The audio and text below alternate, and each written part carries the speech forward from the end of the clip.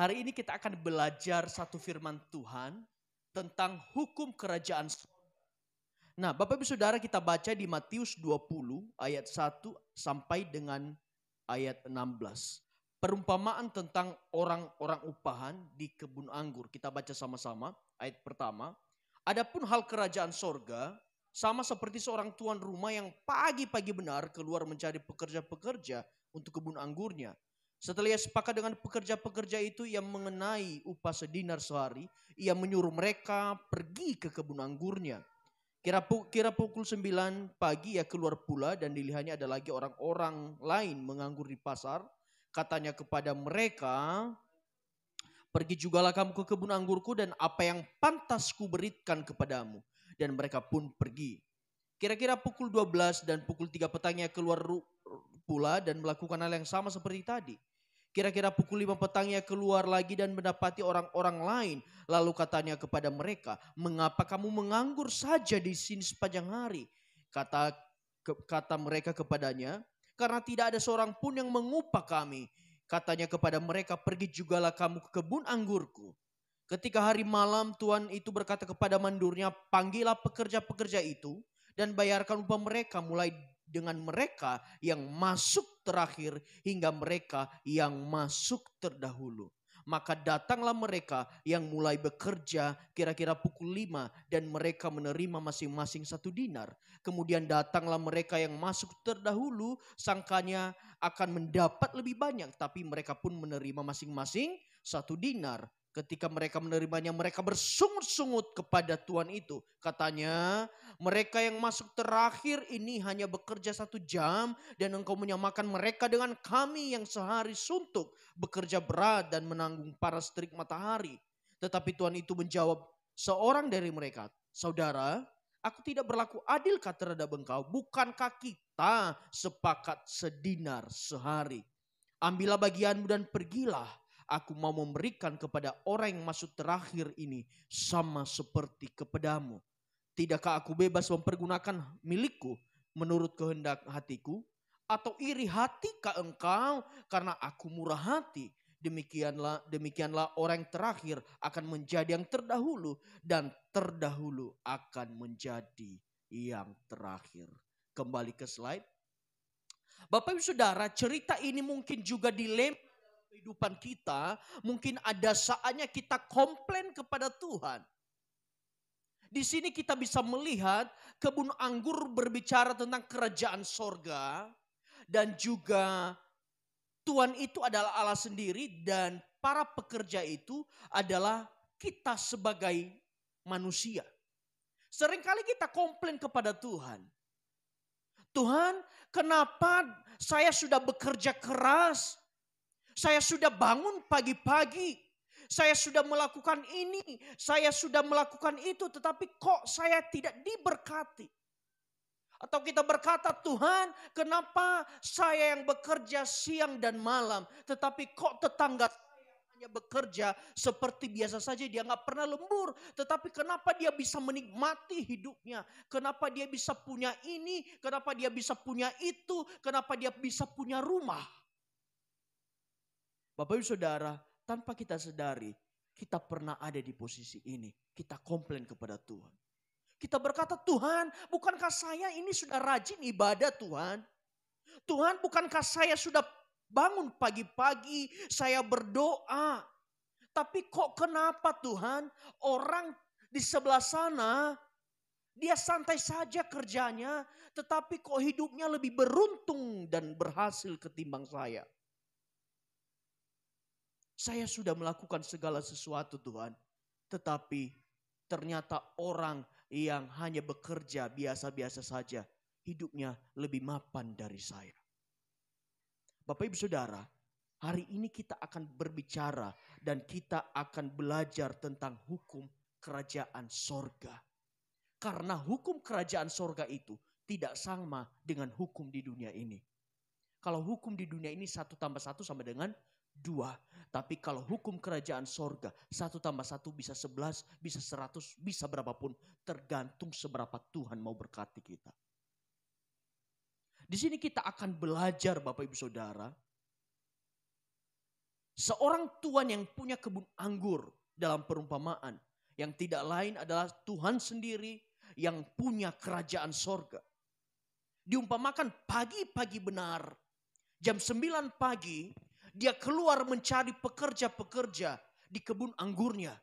Dan dia ketemu orang dan mereka sepakat. Mereka sepakat 1 dinar 1 hari. Tetapi kemudian dia melakukan hal yang sama lagi. Jam 12 dan jam 3 sore. Dia keluar rumah dan dia mendapati pengangguran. Orang yang menganggur. Dia juga panggil ketika engkau tidak melakukan apa-apa. Datanglah ke kebun anggurku.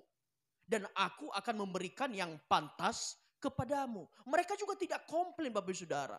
Tadi ingat yang datang jam 9 pagi. Mereka deal 1 dinar 1 hari. Tetapi yang datang jam 12 dan jam 3 tidak ada janji upah. Tuhan hanya berkata aku akan memberikan yang pantas kepadamu. Tetapi hal yang sama kemudian dilakukan lagi jam 5 sore. Dan dia menemukan orang yang menganggur. Dan ini menganggurnya alasannya jelas karena apa? Karena tidak ada orang yang mengupah mereka. Bisa jadi karena nggak ada lapangan pekerjaan. Tidak ada ruang mereka bekerja. Tetapi Tuhan itu berkemurahan katanya. Datang jugalah kamu ke kebun anggurku. Juga tidak dijanjikan apa-apa. Yang datang jam 9 pagi adalah pekerja yang dijanjikan upah 1 dinar sehari. Tetapi jam 12 dan jam 3 Tuhan itu mencari. Dia berkata, datanglah ke kebun anggurku dan aku memberikan kepadamu yang pantas. Tetapi yang terakhir, dia berkata, datanglah ke kebun anggurku tanpa menjanjikan apa-apa. Di sini kita bisa melihat ada 3 kategori Tuhan ini memanggil para pekerja-pekerjanya. Ada ya pekerja yang dipanggil karena alasan ada upah. Ada pekerja yang dipanggil karena alasan akan diberikan sesuatu yang pantas. Dan ada pekerja yang dipanggil ketiga, dipanggil tanpa dijanjikan apa-apa. Bapak Ibu Saudara, sama juga. Kebun anggur itu berbicara tentang kerajaan sorga. Saya dan saudara juga Tuhan panggil untuk masuk ke dalam kerajaan sorga. Dari pihak kita ada yang punya motivasi yang berbeda-beda. Ada yang ikut Tuhan karena apa? Karena dia pikir kalau ikut Tuhan bisa dapat ini, bisa dapat itu. Bisa dapat uang, bisa dapat kenalan, bisa dapat jodoh, bisa dapat keuntungan. Tetapi ada juga yang mencari Tuhan. Dia mencari Tuhan karena kebutuhan dia. Dia mengasihi Tuhan dan dia tidak peduli. Tuhan mau kasih apa ke dia. Yang penting dia datang mencari Tuhan. Nah, Bapak Ibu Saudara. Di sini kita melihat ketika hari sudah malam. Waktunya mereka menerima upah. Yang dipanggil pertama bukan yang bekerja dengan perjanjian upah. Tetapi yang dipanggil adalah orang-orang yang tidak punya pekerjaan. Tetapi dipanggil Tuhan untuk bekerja. Tetapi tidak dijanjikan apa-apa. Tetapi lihat Bapak Ibu Saudara. Mereka yang datang jam 5 sore hanya bekerja 1 jam. Berapa dikasih upahnya? 1 dinar. Kemudian datang yang jam 9 pagi. Dia berpikir, oh jangan-jangan saya akan dikasih lebih. Ternyata tetap sama juga dikasih 1 dinar. Saya mau berkata kepada Bapak Ibu Saudara. Kita gak bisa berkata kepada Tuhan begini. Tuhan, saya sudah kenal kamu. Saya sudah ke gereja. Bahkan ketika saya dalam kandungan. Ketika saya mungkin orang bernyanyi. Dan saya hanya bisa oek, oek, oek. Tetapi kenapa Tuhan yang baru dibaptis kemarin juga hidupnya diberkati sama seperti saya. Saya mau katakan kepada Bapak Ibu. Yang jam 9 pagi itu dia datang mencari Tuhan karena dijanjikan upah.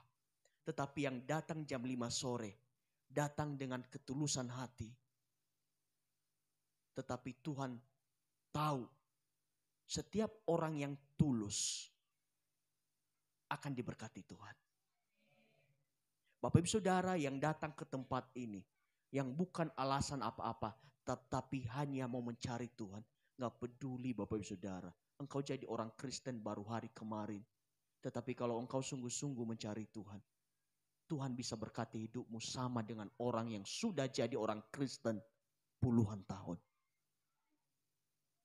Dan lihat kebaikan Tuhan yang dapat gaji pertama, bukan yang datang awal. Tapi yang digaji pertama kali adalah siapa? Yang datang jam 5 sore dan hanya bekerja 1 jam. Jam 9 pagi itu mereka ada di dalam kerajaan sorga karena dijanjikan upah. Tetapi yang jam 5 sore itu bekerja tanpa mengharapkan imbalan apa-apa. Tetapi Tuhan tahu cara memberkati kita. Pada saat kita ke gereja, pada saat kita mencari Tuhan, pastikan Bapak Ibu alasannya, saya ke gereja bukan untuk diberkati. Saya ke gereja bukan untuk mencari teman bisnis. Saya ke gereja bukan untuk mengembangkan usaha. Tetapi saya ke gereja untuk mencari Tuhan. Dan saya percaya kalau saya mencari Tuhan, maka segala berkat-berkat yang akan mengikuti hidup saya. Banyak orang yang datang ke gereja, Bapak Saudara, dia salah mindset. Dia anggap datang ke gereja hidupnya pasti aman-aman saja. Dia berkata mungkin kalau saya ikut Tuhan gak akan ada masalah. Dia berkata kalau mungkin saya ikut Tuhan berarti saya bisa hongkang-hongkang kaki. Tetapi kenyataannya walaupun kita ikut Tuhan, masalah itu gak akan pernah hilang. Karena apa? Kita ini ada di dunia, betul? Tetapi bedanya kalau kita ada di dalam kerajaan sorga, akan ada kekuatan yang baru daripada Tuhan. Yang datang jam 9 pagi, jam 5 sore, sama-sama mendapatkan upah 1 dinar. Bapak Ibu Saudara, kita semua di tempat ini adalah orang-orang yang dipanggil jam 5 sore. Yang harusnya nggak mendapat bagian dalam kerajaan sorga. Kalau saya katakan mungkin yang jam 9 pagi itu adalah bangsa Israel. Yang dijanjikan berkat oleh Tuhan. Mereka ada di garis keturunan Tuhan. Mereka ada mengenal Tuhan karena apa? Dari awal mereka ada perjanjian bahwa suku mereka akan diberkati. Tetapi saya dan saudara bukan siapa-siapa. Tetapi oleh karena kasih karunia Tuhan dipanggil Tuhan. Kita ini umat yang dicangkokkan. Datang jam 5 sore tetapi tetap sama upah kita dapat dengan yang datang jam 9 pagi. Orang Israel bangsa kepunyaan Tuhan. Bangsa pilihan Allah. Tetapi kita adalah orang-orang yang mungkin datang jam 5 sore itu. Yang dulunya bukan siapa-siapa. Bahkan kalau kita baca dalam Alkitab kita ini orang luar. Kita dikasih karunia oleh Tuhan. Kita mempunyai hak yang sama dengan mereka untuk diberkati Tuhan. Untuk menerima keselamatan dari Tuhan. Jadi jangan pernah sia-siakan apa yang sudah Tuhan kerjakan. Karena kita ini adalah orang-orang yang sudah terima kasih karunia. Nah, dari cerita ini kita belajar, Bapak Ibu Saudara. Bahwa satu, Allah memanggil kita untuk masuk kerajaannya dengan cara yang berbeda-beda.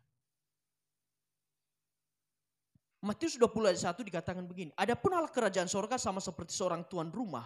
Yang pagi-pagi benar keluar mencari pekerja-pekerja untuk ke kebun anggurnya. Pertama, yang dicari itu pekerja. Kedua, ada pengangguran. Dan ketiga, ada pengangguran karena gak ada yang mengupah mereka. Cara Tuhan memanggil kita berbeda-beda Bapak Ibu Saudara. Cara Tuhan memanggil saya untuk kenal Tuhan berbeda dengan Bapak Ibu. Ada yang dipanggil Tuhan masuk ke dalam kerajaannya. Ada yang dipanggil Tuhan untuk jadi orang Kristen. Mungkin karena sudah orang tuanya Kristen sejak lahir. Ada juga yang dipanggil Tuhan agamanya mungkin berbeda. Tapi pada titik tertentu Tuhan memberikan kemurahan sehingga dipanggil. Ada juga yang dipanggil Tuhan karena sakit berat. Akhirnya Tuhan berikan kesembuhan. Akhirnya percaya kepada Tuhan. Ada juga yang dipanggil Tuhan karena hidupnya diberkati. Sehingga dia menyadari kebaikan Tuhan dan dia percaya kepada Tuhan. Ada juga yang diberkati Tuhan, ada juga yang percaya kepada Tuhan karena berbagai pengalaman yang dialami. Saya dengan Pak Olin berbeda, saya sudah kenal Tuhan dari saya kecil. Pak Olin baru kenal Tuhan sesudah umurnya sudah beranjak tua. Kita nggak bisa menyamakan semuanya itu karena Tuhan memanggil kita dengan cara dan waktu yang berbeda-beda. Jadi Bapak Ibu Saudara, kalau Anda nonton YouTube, ada yang dipanggil Tuhan, mungkin dulunya hidupnya pengedar narkoba, tukang begal, penjahat, sekarang bertobat, dan kita tepuk tangan, dan kita pengen seperti itu. Saya mau katakan kepada Bapak Ibu Saudara, sadar. Hidup Anda lebih luar biasa karena Anda tidak pernah keluar dari Tuhan, tetap di dalam Tuhan selamanya. Cara Tuhan panggil kita berbeda-beda. Tidak akan pernah sama. Ada yang dipanggil jam 9, ada yang dipanggil jam 12, jam 3, dan jam 5. Mungkin ada dari kita yang dipanggil dari kecil, remaja, dewasa, sampai tua. Bahkan mungkin ada yang dipanggil ketika nafasnya tinggal satu-satu. Percaya Tuhan, percaya. Tapi saya mau katakan kepada Bapak Ibu, jangan sampai kita percaya, baru mau percaya Tuhan, sudah nafas kita tinggal satu-satu. Karena belum tentu kita itu masih bisa sanggup untuk ngomong percaya Tuhan. Banyak orang ngomong begini Bapak Ibu Saudara. Saya masih muda. Ini waktunya saya bebas. Lakukan dosa sebanyak-banyak. Nanti kalau sudah nafas tinggal satu-satu, baru deh saya bertobat. Saya mau tanya kepada Bapak Ibu, apakah Bapak Ibu tahu kapan Tuhan akan panggil? Tidak. Makanya Tuhan bilang berjaga-jaga. Dari saat ini engkau kenal Tuhan. Engkau harus tetap jaga, tetap kenal Tuhan. Jangan menyeleweng. Jangan bilang, hidup masih panjang. Saya masih bisa berlaku sepuasnya. Dulu Bapak Ibu Saudara, kalau ada dulu pesta di rumah jemaat, kalau saya makan daging cukio, saya makan banyak. Alasan saya apa? Masih muda lemak tuh gampang dihancurkan. Dan ternyata umur 28 tahun saya kena stroke. Dan kata-kata itu sekarang saya gak berani ungkapkan lagi walaupun saya masih muda. Dulu saya ngomong kayak gitu, ada orang yang tua ngomong ke saya, Pak Puli hati-hati loh.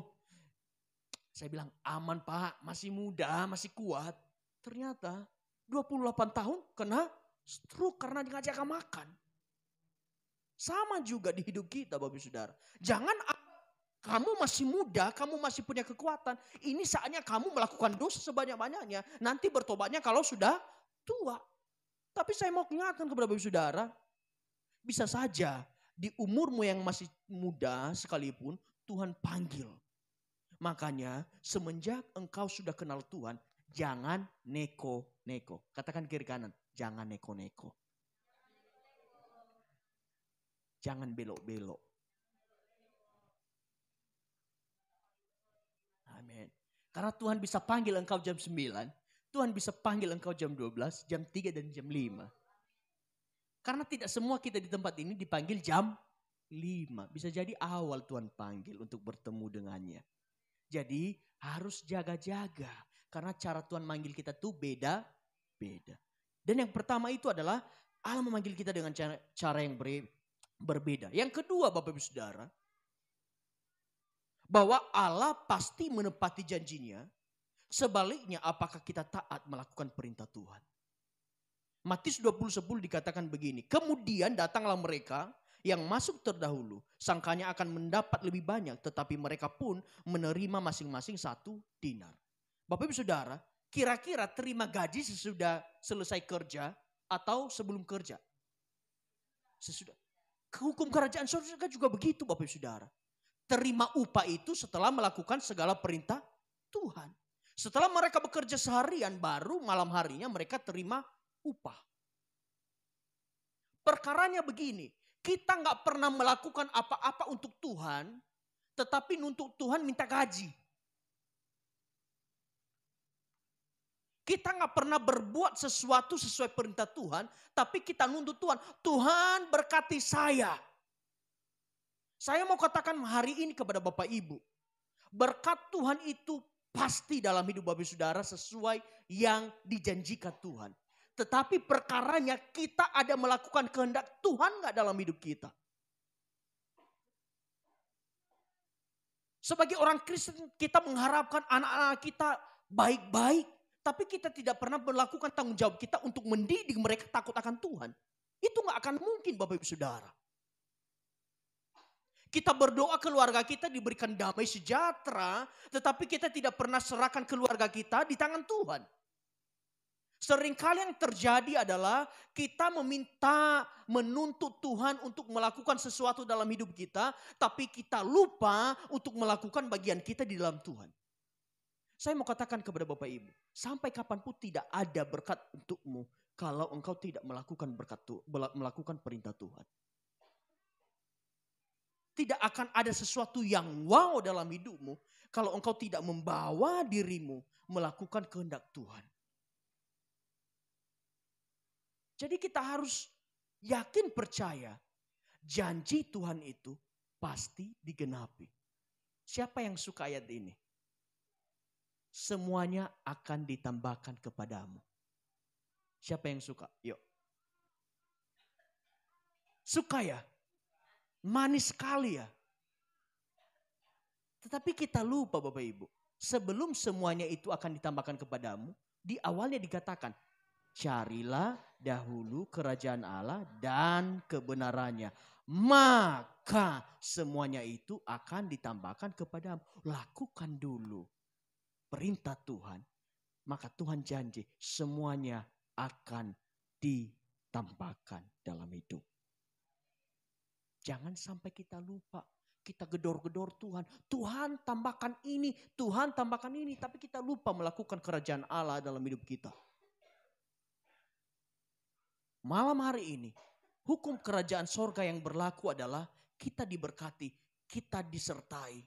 Tetapi syaratnya adalah kita melakukan kehendak Tuhan dalam hidup kita. Saat kita melakukan kehendak Tuhan Bapak Ibu Saudara. Engkau gak usah kejar berkat. Tetapi engkau akan merasakan dikejar berkat. Karena memiliki Tuhan dalam hidupmu sama seperti punya magnet. Kalau engkau sudah punya Tuhan. Semua yang ada di sekeliling itu akan tarik kepadamu dalam hidupmu. Tapi kalau engkau gak punya Tuhan engkau kehilangan segala-galanya. Jadi yang kedua, Allah pasti menepati janjinya. Tinggal bagian kita adalah melakukan kehendak Tuhan di dalam kehidupan kita. Yang ketiga, Allah berhak memberkati siapa saja yang Dia kehendaki. Kita tidak berhak mengatur Allah. Bapak Ibu Saudara, mari kita sepakat akan hal ini. Kita tidak berhak mengatur Allah. Di Matius 5:45 dikatakan, karena dengan demikianlah kamu menjadi anak-anak Bapamu yang di sorga. Yang menerbitkan matahari bagi orang yang jahat dan bagi orang yang baik. Dan menurunkan hujan bagi orang yang benar dan orang yang tidak benar. Kita nggak bisa bilang ke Tuhan, Tuhan saya kan turuti perintahmu nih. Turunkan hujan hanya di rumahku. Di rumah tetangga jangan karena di rumah tetangga dia bejat. Tidak. Tuhan itu berhak memberkati siapa saja. Maukah kita melarang ngatur-ngatur Tuhan? Tuhan ini jangan berkati, Tuhan ini berkati sesuka hati kita. Tidak bisa. Karena Tuhan itu dia berhak memberkati siapa saja. Makanya jangan iri Bapak Ibu Saudara. Kalau ada orang yang tidak kenal Tuhan, tapi kok hidupnya diberkati. Jangan iri kalau engkau lihat orang yang tidak rajin ke gereja, tetapi kok hidupnya baik-baik saja. Daud pernah berkata demikian. Hatinya menjadi iri karena dia melihat kehidupan orang lain.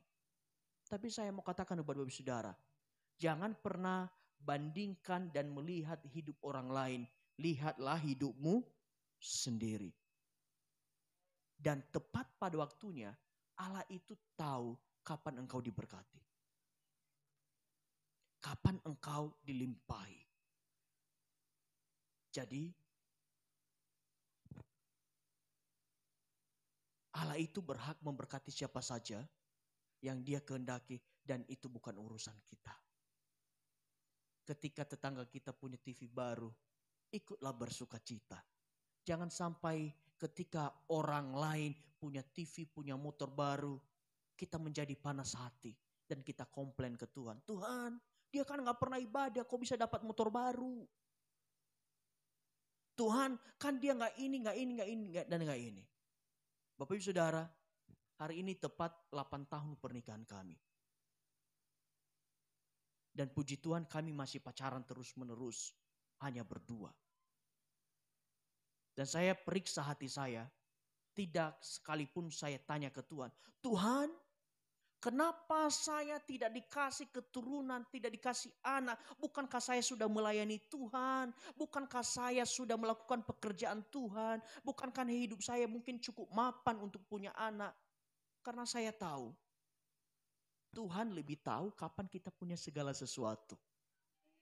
Tuhan tahu kapan saya harus punya anak. Tuhan tahu kapan Bapak Ibu punya rumah. Tuhan tahu kapan Bapak Ibu punya jodoh. Tuhan tahu kapan Bapak Ibu punya mobil, punya motor. Yang terpenting sekarang apa? Lakukan bagian kita karena Allah turut bekerja untuk mendatangkan kebaikan. Stop komplain dan mengeluh kepada Tuhan, karena mengeluh tidak akan menjadikan Tuhan bermurah hati. Tetapi justru ketika kita selalu bisa bersyukur, kita akan selalu merasakan kebaikan Tuhan. Pernah ada satu teman dia ngomong begini, susah hidup ini. Tetapi saya lihat dia masih punya mobil, dia masih punya rumah beberapa, punya tanah. Dia ngomong susah. Kemudian saya lihat di hidup saya cuma punya rumah KPR. Berarti kalau dia susah, saya apa? Tetapi kemudian saya bilang, tapi kok saya masih bisa bersyukur? Saya gak pernah bilang hidup ini susah. Penting untuk Bapak Ibu Saudara tahu. Sebenarnya merasakan damai sejahtera, bisa mensyukuri berkat Tuhan, itu bukan dari tergantung seberapa banyak engkau punya banyak uang. Karena orang yang punya banyak uang MM-an di bank juga merasa kurang. Juga dia akan bilang susah. Tetapi engkau anak-anak Tuhan yang diberkati Tuhan, Tuhan bilang kepada kita, cukupkan dirimu dengan gajimu. Karena saya tahu anak-anak Tuhan hidupnya pasti dicukupi. Yang sering jadi masalah adalah gaya hidup. Karena semakin besar gaya, semakin besar tekanan. Semakin besar kita bergaya, semakin banyak tekanan hidup. Jadi hiduplah sesuai anugerah Tuhan, nikmati apa yang Tuhan percayakan. Kalau saat ini engkau masih dipercayakan rumah sepetak, dikontrak, nikmati, syukuri, terima kasih Tuhan, saya masih bisa meletakkan kepala saya untuk tidur. Gereja kita juga kita harus bisa bersyukur. Dulu kita ngontrak ini, Bapak Ibu Saudara, ini adalah anugerah terbesar, bisa ngontrak sendiri. Kita bersyukur kepada Tuhan. Kalau kita menjadi pengelola yang baik dari berkat Tuhan, Tuhan akan percayakan lebih banyak dan lebih besar. Sekarang Tuhan izinkan kita punya tempat walaupun kecil. Dan saya juga percaya Bapak Ibu Saudara, kalau Tuhan bisa percayai kita mengelola berkat Tuhan, maka pasti tambah-tambahkan. Amin. Jadi jangan kita atur Tuhan, biarkanlah kita diatur oleh Tuhan. Karena Tuhan tahu yang terbaik dalam hidup kita. Yang keempat Bapak Ibu Saudara adalah berkat Tuhan yang menjadikan kita kaya. Bukan karena usaha kita. Amsal 10:22. Berkat Tuhanlah yang menjadikan kaya. Susah payah tidak akan menambahinya. Ada orang yang bekerja banting tulang setiap hari. Bahkan lembur, tidur pun 3 jam. Tetapi kok hidupnya begitu-begitu saja, susah terus-menerus, ngeluh terus-menerus. Tetapi ada orang yang bekerja normal biasa saja, tetapi kok hidupnya lebih bisa dinikmati. Dia bisa makan enak, dia bisa beli barang yang diinginkan. Sebab apa? Bukan hasil kerja keras kita yang menjadikan kita kaya. Tetapi Tuhanlah yang bisa menjadikan kita kaya, yang memberkati usaha kita.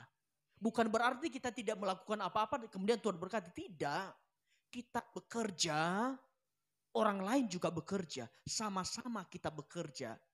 Tetapi kalau kita berserah kepada Tuhan, Tuhan bisa memberkati lebih banyak usaha kita. Kita bisa sama-sama menjual sayur dengan orang sebelah, tetangga sebelah. Sama-sama penjual sayur. Tapi kalau berkat Tuhan turun atas kita bisa lebih banyak dari dia. Jadi inti dalam hidup ini apa? Engkau bekerja keras sekalipun tanpa mengandalkan Tuhan, semuanya akan sia-sia. Tapi kalau engkau bekerja sambil mengandalkan Tuhan, Tuhan pasti berkati dan terjadi pelipat kali gandaan. Amsal 11:24-25. Ada yang menyebar harta tetapi bertambah kaya. Ada yang menghemat secara luar biasa namun selalu berkekurangan. Siapa yang banyak memberi berkat, diberi kelimpahan. Siapa yang minum, ia sendiri akan diberi minum. Bapak Ibu Saudara, engkau menabur di pekerjaan Tuhan, itu tidak akan memiskinkan dirimu. Tetapi kalau engkau diberikan kesempatan untuk menabur dalam pekerjaan Tuhan, mungkin itu adalah cara engkau supaya diberkati Tuhan. Dikatakan apa? Ada yang menyebar harta, tapi nyebarnya jelas untuk memberkati, tetapi selalu diberkati Tuhan. Inilah yang dinamakan saluran berkat. Tahukah Bapak Saudara, kalau dinamakan saluran berkat berarti berkatnya tidak pernah terputus. Punya pipa di rumah, punya saluran air, kalau itu dibuka terus-menerus akan mengalir terus. Itulah yang dimaksudkan ketika engkau buka keran hidupmu dan itu mengalir, maka itu tidak akan pernah berhenti mengalir. Tapi kalau engkau memilih menutup, maka airnya lama-lama menjadi basi. Bapak Saudara, lebih enak mana? Penerima berkat atau saluran berkat? Biarlah kita Bapak Saudara menjadi saluran berkat. Karena kalau kita menjadi saluran berkat, kita pasti menerima berkat. Tapi kalau kita menjadi penerima berkat, belum tentu kita menjadi saluran berkat.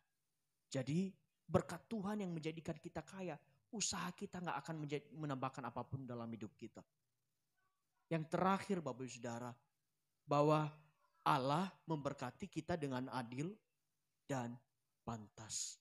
Bayangkan Bapak Saudara, yang datang jam 9 pagi, Tuhan bisa berikan upah yang sama dengan jam 5 sore yang hanya bekerja 1 jam.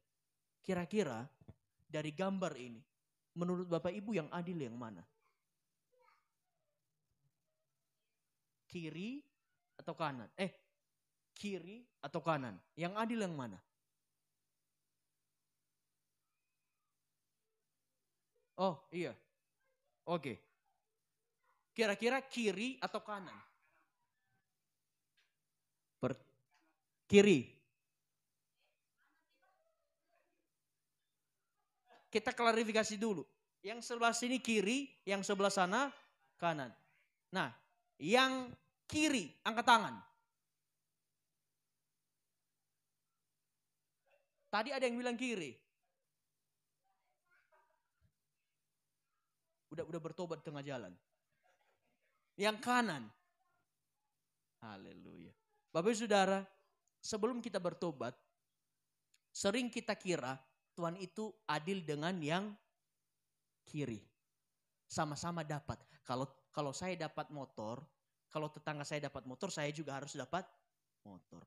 Kalau tetangga saya punya istri baru, saya juga istri, gak boleh. Kalau tetangga dapat TV, saya juga harus dapat TV. Walaupun TV udah 2 di rumah, akhirnya TV-nya disimpan karena gak kepake. Tapi cara Tuhan memberkati kita bukan seperti itu. Harus dapat sama rata. Tetapi cara Tuhan memberkati adalah memberikan sesuai yang kita perlukan. Kau tunjukkan kasih setiamu. Kau menyediakan yang ku perlu. Apa yang kau perlukan, itu yang Tuhan sediakan. Orang yang pertama tidak butuh balok, tapi tetap bisa melihat. Orang yang kedua butuh tapi 1. Orang yang ketiga harus butuh 2 supaya bisa melihat. Inilah sering kita bisa melihat kehadiran Allah dengan kacamata kerajaan sorga. Bahwa Allah itu hadir, Allah itu adil. Bukan berarti dia harus membagikan sama rata dengan kita. Karena kebutuhan kita berbeda-beda Bapak Ibu Saudara. Kebutuhan saya dengan kebutuhan Bapak Ibu semuanya berbeda-beda. Terakhir, mulai kita dari dengar khotbah ini, marilah kita hidup dengan cara hidup surgawi dan bukan dengan duniawi.